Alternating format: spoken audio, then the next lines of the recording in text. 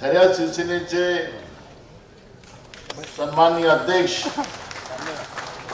आमचे स्नेही आदरणीय उद्धव बाळासाहेब ठाकरे या कार्यक्रमाला उपस्थित झालेले राज्याचे माजी मुख्यमंत्री आणि आमचे ज्येष्ठ काँग्रेसचे नेते पृथ्वीराज चव्हाण साहेब, विधिमंडळाचे काँग्रेस पक्षाचे नेते सन्माननीय बाळासाहेब थोरात, या कार्यक्रमाला उपस्थित झालेले राष्ट्रवादीचे खऱ्या राष्ट्रवादीचे महाराष्ट्राचे अध्यक्ष आदरणीय आमचे मित्र जयंतराव पाटील, भाई जयंत पाटील, आदरणीय या कार्यक्रमाला उपस्थित असलेले आदरणीय आदित्य ठाकरेजी, आमचे मित्र, एकच मित्र आहे माझा, संजय राऊत,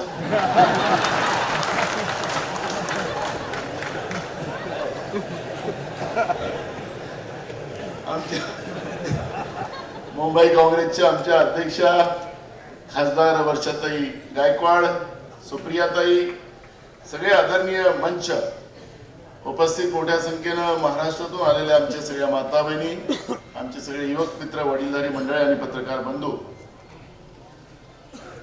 महाराष्ट्रातलं सरकार हे घाबरलेलं सरकार आहे. जसं आपल्याला सुप्रियाताई आणि वर्षाताईंनी दिल्लीतल्या सरकारची कहाणी सांगितली, तसं ते घाबरलेलं सरकार आहे. तसं महाराष्ट्रातलं सरकार घाबरलेलं. रोज काही ना काही नवीन GR काढण्याचा प्रयत्न ते करतात. महाराष्ट्रामध्ये आता विरोधकांना त्यांच्या विरोधात मोर्चे पण काढता येणार नाही. मोर्चे काढले तर गुन्हे दाखल होणार. एकत्रित आले म्हणजे जसं आता जे हुकुमशाहीची वाटचाल महाराष्ट्रामध्ये देशामध्ये सुरू करण्याचा प्रयत्न सत्तेचा माज आलेली भाजप प्रणित सरकार राज्यातली आणि केंद्रातली सरकार करते आहे. कालचं आपण लाल किल्ल्याचं भाषण नरेंद्र मोदींचं सगळे ऐकत होतो. एकीकडे डॉक्टर बाबासाहेब आंबेडकरांच्या संविधानाच्या आधारावर जनतेतून निवडून गेलेले प्रधानमंत्री लाल किल्ल्यातून भाषण करतात,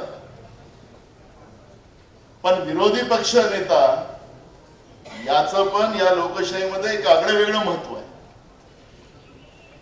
आणि लोकशाहीची विरोधी पक्ष आणि सत्ता पक्ष हे दोन चाकं असताना राहुल गांधीजींना, कारण की सत्ता पक्ष आणि विरोधी पक्ष हे बरोबरीच आज लोकसभेमध्ये आपल्याला चित्र पाहत असताना जे स्थान त्या ठिकाणी द्यायला पाहिजे तो द्वेष. कारण की ज्यावेळेस आम्ही प्रधानमंत्र्याची शपथ घेत असू, मुख्यमंत्र्यांची घेत असू, मंत्रिमंडळाची शपथ होत असेल तर आम्ही कोणाचाही द्वेष करणार नाही अशा पद्धतीच्या शपथीमध्ये उल्लेख केला जातो. पण काल राहुल गांधीजींचं ज्या ठिकाणी जे स्थान असायला पाहिजे विरोधी पक्षाचं, विरोधी पक्षाच्या नेत्याचं, मी फक्त राहुल गांधीचं नाही बोलतो, ते स्थान त्या ठिकाणी दिलं नाही. हा एक प्रकारचा लोकशाहीवरचा हल्ला होता, एक लोकशाहीचा खून होता. अशा पद्धतीचं चित्र आपण पाहतो. म्हणजे अजूनही जो घमंड, जो गर्व काल फक्त मोदी सरकार होतं, आज एनडीएचं सरकार झालं, पण अजून घमंड उतरलं नाही असं चित्र आपण पाहतो.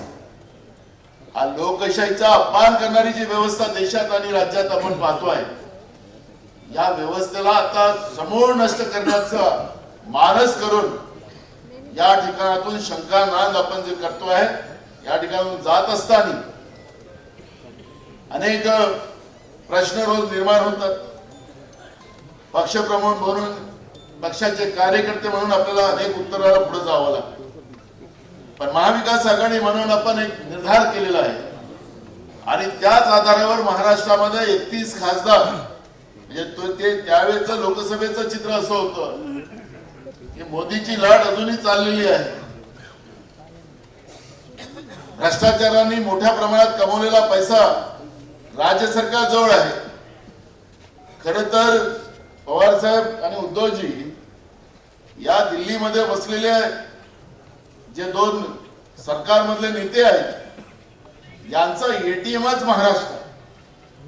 त्याचं एटीएमच महाराष्ट्र आणि मोठ्या प्रमाणात महाराष्ट्रातला पैसा हे दिल्लीत मध्ये बसलेले हम दो हमारे दो हे मोठ्या प्रमाणात घेऊन जाऊन या महाराष्ट्राला कंगाल करण्याचं, महाराष्ट्राचा भंगार करण्याचा जो प्रयत्न या लोकांनी सुरू केलेला आहे, यांचं एटीएम आता आपल्याला या निवडणुकीमध्ये विधानसभेमध्ये बंद करायचं आहे आणि महाराष्ट्राच्या जनतेचा पैसा महाराष्ट्राच्या शेवटच्या माणसापर्यंत, शेवटच्या शेतकऱ्यापर्यंत, तरुणांपर्यंत, गरिबापर्यंत पोहोचला पाहिजे, या पद्धतीचा प्रयत्न आपल्याला करायचा. आपण पाहिलं की परवा सुप्रीम कोर्टाने या सरकारला झोडपलं. त्यांना सांगितलं की तुमच्या जवळ शेतकऱ्याला देण्यासाठी पैसे नाही आणि तुम्ही योजना नवीन नवीन आणून हा पैसा खर्च त्या ठिकाणी केला जातो. तो वेळ आला तर सुप्रियाताई लाडक्या बहिणीच्या योजनेलाही बंद केला जाईल असं सुप्रीम कोर्टाने सांगितलं. लाडक्या बहिणीला आठवण सुप्रीम कोर्टाने पण केलं. म्हणजे सांगायचं तात्पर्य असं की शेतकऱ्याला ज्याला पैसे नाही, शेतकऱ्यांच्या शेतीच्या पिकाच्या झालेल्या पिकाचं नुकसान देणारा यांच्याजवळ पैसे नाही, त्यांच्या जमिनी घेतल्यात त्याच्यासाठी पैसे नाही, या राज्यामध्ये कर्मचाऱ्यांचे पद भरण्यासाठी सरकारजवळ पैसे नाही, ऑनलाईन पवित्र पोर्टलच्या नावाने अर्ज जमा केले जातात आणि मग पेपर लीक करायचं. जसं मगाशी उद्धवजीने सांगितलं की राम मंदिरामध्येही पाणी गळती लागली, नवीन संसदेमध्ये सुद्धा पाणी गळती लागली, तशी पेपरची गळती सुद्धा लिकेज त्याच्यातही होतं आणि पेपर रद्द केले जातात, तरुणांकडून पैसे लुटले जातात, पेपर रद्द करून त्यांच्या आयुष्याशी खेळण्याचं पाप हे करतात, पण नोकर भरती करणार नाही अशा पद्धतीची भूमिका या सरकारने करून ठेवलेली आहे. रोज आंदोलन होतात.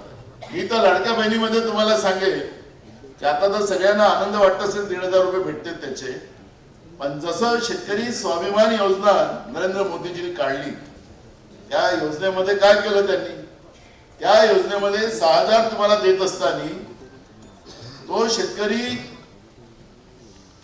कुठला व्यावसायिक नसावा आणि व्यवसाय पुढच्या काळात केला, त्याच्या परिवारातल्या कोणीने केला तर ते सगळे पैसे वापस घेतले जाणार. आपण पाहतोय की आपल्या राज्यामध्ये की अनेक ठिकाणी शेतकऱ्यांनी त्याच्या पोराला जर कुठला बिझनेस करायचा असेल बँकेमध्ये त्यांनी अर्ज केला, त्याला इन्कम टॅक्स त्याला प्रमाणपत्र जोडावं लागतं, कागद तयार करावं लागतात आणि ते आधार कार्डाच्या आधारावर जसा अर्ज केला की प्रधानमंत्र्यांच्या पीएमओ मधून पत्र कलेक्टरला सांगणं येतं की कोण आहे बघा याला आतापर्यंत जेवढे पैसे दिले त्या शेतकऱ्याला, या सगळ्या शेतकऱ्याचे पैसे वसूल करा, नाही तर त्याची जप्ती करा त्याच्या घरावर. उद्या लाडक्या बहिणीच्या योजनेमध्ये सुद्धा यांच्या ज्या अटी शर्ती आहेत या अजूनही डिसाईड झालेल्या नाही. मला शंका आहे, मी बोलून दाखवतो मुद्दामून, तर उद्या ह्या बहिणीकडून पण पैसे वापस जे सांगतात ना त्यांचे आमदार उपमुख्यमंत्री सुद्धा सांगतात की आम्ही पैसे वापस घेऊ. मी तुम्हाला सांगतो की काही बहिणीच्या पैसे असे वसुली करतील हे लोक की सांगतील की तुम्ही त्या नियमात बसत नव्हता म्हणून तुम्हाला पैसे वापस करा, असं पण करू शकतील हे लोक. म्हणजे यांच्याजवळ प्रामाणिकता नाही, लाडक्या खुर्चीसाठी हा त्यांचा सगळा प्रयत्न सुरू आहे. अशा पद्धतीचं चित्र आपल्याला पाहायला मिळत आहे. आपण आत्ताच मगाशी उद्धवजींनी सांगितलं, पवार साहेब सुद्धा, कारण की आपल्याला महिलांच्या सक्षमीकरणासाठी महाराष्ट्रामध्ये योजना सुरू करायच्या. जसं आमच्या वर्षाताईंनी सांगितलं की कर्नाटकमध्ये, तेलंगणामध्ये मल्लिकार्जुन खरगे साहेबांनी आणि राहुल गांधीजींनी त्या ठिकाणी तिथल्या जनतेला, तिथल्या महिलांना, भगिनींना आश्वासन दिलं. त्या आश्वासनाची पूर्तता त्या ठिकाणी सुरू झाली. शेतकऱ्यांचं सरसकट कर्ज माफ करण्याची घोषणा केली, ते पण चालू झालं. याच्यापेक्षा जास्त लाडक्या बहिणीला पैसे तिथं दिले जातात. महाराष्ट्रामध्ये सुद्धा त्या पद्धतीचं महाविकास आघाडीचं सरकार करेल याच्यामध्ये कुठलंही दोमत नाही. पण यांच्यासारखं निवडणुकीच्या तोंडावर ही कुठलीही भूमिका घेण्याचं कारण नाही. महाराष्ट्रामध्ये महाविकास आघाडीचं सरकार आलं, पहिल्याच अधिवेशनामध्ये, नागपूरच्या पहिल्याच अधिवेशनामध्ये कर्जमाफीची घोषणा उद्धव ठाकरे साहेबांच्या नेतृत्वामध्ये महाराष्ट्रामध्ये केली आणि सरसकट शेतकऱ्यांना कर्ज माफ करण्यात आलं. काही निवडणूक नव्हती, काही पुढच्या लोकसभेच्या निवडणुका नव्हत्या, पण शेतकऱ्यांसाठी प्रामाणिक आमचं सरकार आहे, महाविकास आघाडीचं सरकार आहे, या पद्धतीचं चित्र त्या ठिकाणी निर्माण करण्यात आलं आणि ते दिलं. पण कोरोनाच्या वेळेस आमचे जे 50,000 रुपये प्रोत्साहनाचे राहिले ते अजूनपर्यंत दिले गेले नाहीत. जयंतराव, आपल्याला ते 50,000 रुपये आपलं सरकार आल्यानंतर आपल्याला द्यायचं हे काही देणार नाही, आपण देऊ आणि पुन्हा शेतकऱ्यांचं कर्ज माफ आम्ही करू. पण मूळ प्रश्न असा आहे की ही जी काही परिस्थिती आज आहे, या परिस्थितीमध्ये महाविकास आघाडीच्या सरकारने, महाविकास आघाडीच्या सगळ्या पदाधिकारी कार्यकर्त्यांनी माझं सगळ्यांना आव्हान आहे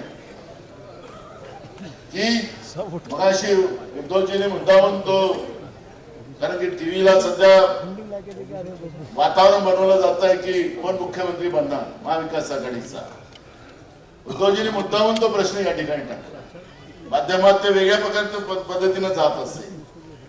आम्हाला महाराष्ट्रामध्ये या भ्रष्टाचारी सरकारला महाराष्ट्राचं धर्म आणि महाराष्ट्राचा स्वाभिमान विकणारं, गुजरातला विकणारं जे सरकार आज महाराष्ट्रात बसलेलं आहे, हे सरकार उद्ध्वस्त करणं आणि प्रामाणिक जनतेसाठी असणारं सरकार महाविकास आघाडीतून निर्माण करायचं. मुख्यमंत्री कोण बनायचं ते सगळे नेते बसून ठरवतील, ते तुमचं आमचं काम नाही. आणि त्या माध्यमातून आपण महाराष्ट्रामध्ये महाविकास आघाडीचं सरकार, एक बहुमताचं सरकार आणण्याचा संकल्प करून या ठिकाणी तो आपण सगळे जाऊ, असा विश्वास मी या ठिकाणी व्यक्त करतो आणि माझे 2 शब्द पूर्ण करतो. धन्यवाद. CEN न्यूज, देश प्रदेश की ताजा तरीन खबरों के लिए CEN न्यूज को सब्सक्राइब करें और रहें पल पल की खबर से हर पल बाखबर.